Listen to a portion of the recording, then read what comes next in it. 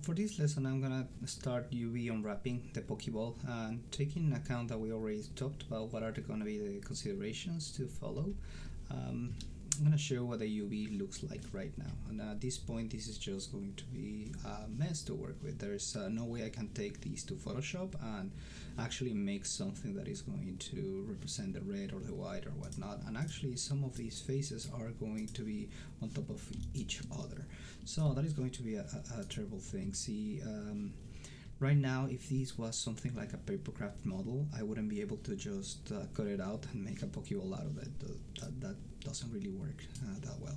So over here, what I'm going to do is I'm going to apply some of the Maya's internal UV transformations.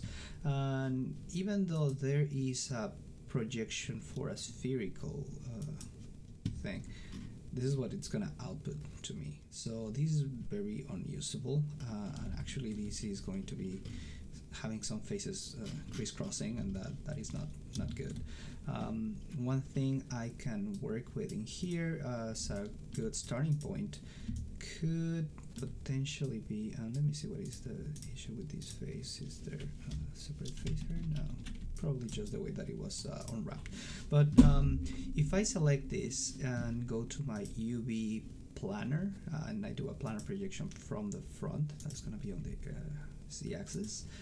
That is going to be somewhat what I want, but not entirely. See there, the faces are on the front and the back, and that's why I have these color crossing borders over here. And then there's the other option that I can apply, which is going to be the UV automatic. Now, the issue with the automatic unwrapping is that it's going to create a lot of different islands, and I don't really have that much control over what is going to be created here. See, these faces are pretty badly located. They are not entirely in the place that I need them to be.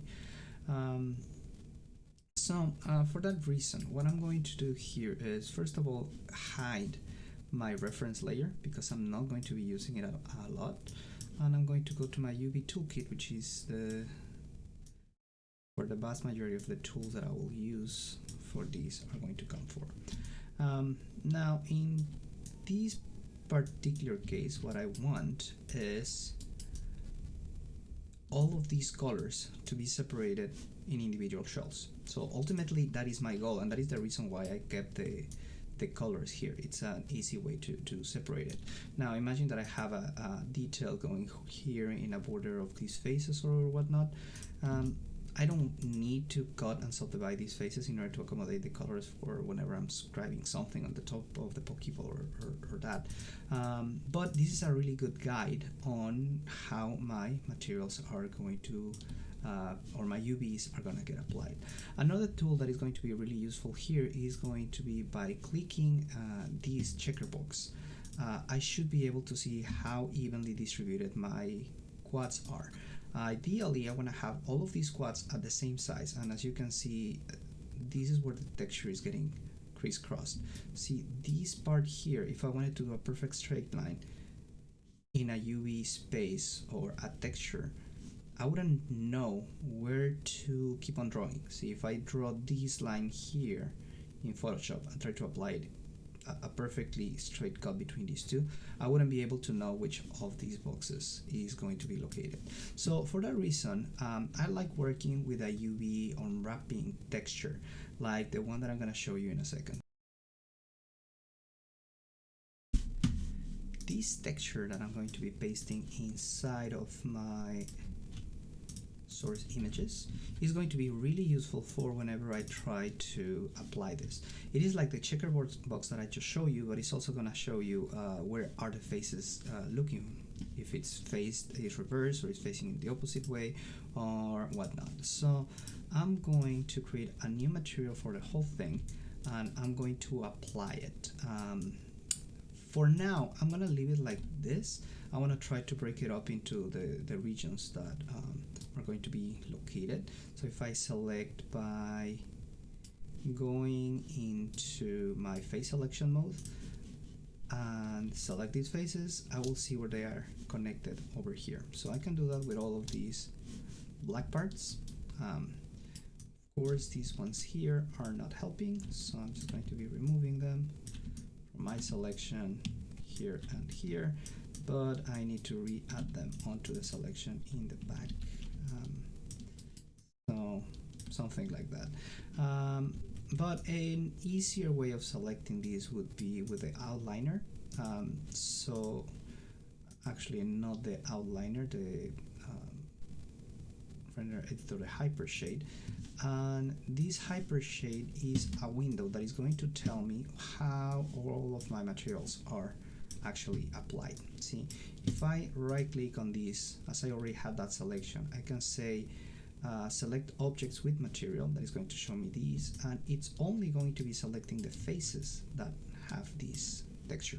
So those are going to be the faces that I have over there, right? So I'm going to move this window to the side for a second, and what I want to do in here is going to say UV automatic.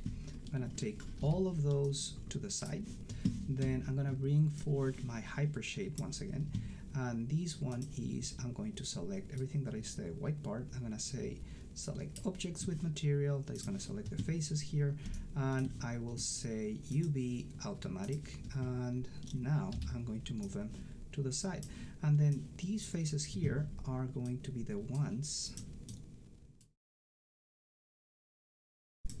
that are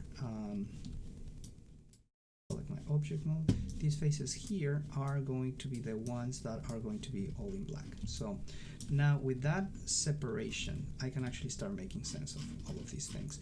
One thing to remember is that the only place that is going to have any information at least at the beginning is going to be this first quadrant. Everything that goes between 0 and 1. So everything outside of this region is not considered part of the UV texture right now. What happens in game engines and other software is that if this object is here, it is going to wrap it around like Pac-Man. I'm gonna come down here.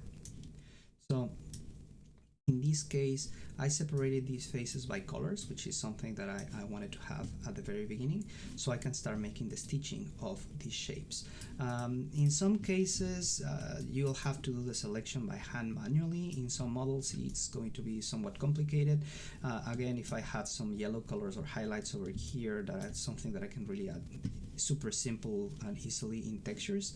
I would do it like that, but for now, just select the individual faces. Like that is going to be the best bet that you have. Okay, so now with that, I'm going to select the whole object once again. I'm going to right click and I'm going to assign a new material. This one is going to be a Lambert, and this Lambert material is going to be my temporally material modeling material. Actually, UV materials. So UV material. Then I'll go one level up, and this is going to be my UV material. Right. So with that, after I select that, I want to go and assign a texture to it. So the attribute layer editor, I'm going to go to the color, click on this checkerboard. This is going to be bringing this window from which I can actually choose color or a file. That is going to be the base, and now I'm going to be bringing the one template that I was showing you a second ago. If you don't get to see this texture, probably is because you don't have the textures visibility enabled. That is achieved by pressing 6 on your keyboard. The normal visibility is going to be between 4, which is wireframe 5 shaded, and 6 with the shape. Now, even though I have all of these shapes already separated into individual pieces, what I would like to do is have the lesser number of cuts possible. Right now, this is, again, imagine that I'm trying to make a scribble in Photoshop or something. This is going to be really hard to work with. I don't know where one's starting, but it's ending. So I'll try to do my best to make this number of cuts a minimal. A pretty easy example to work with is going to be the centerpiece, but I'm going to go over that in the next video.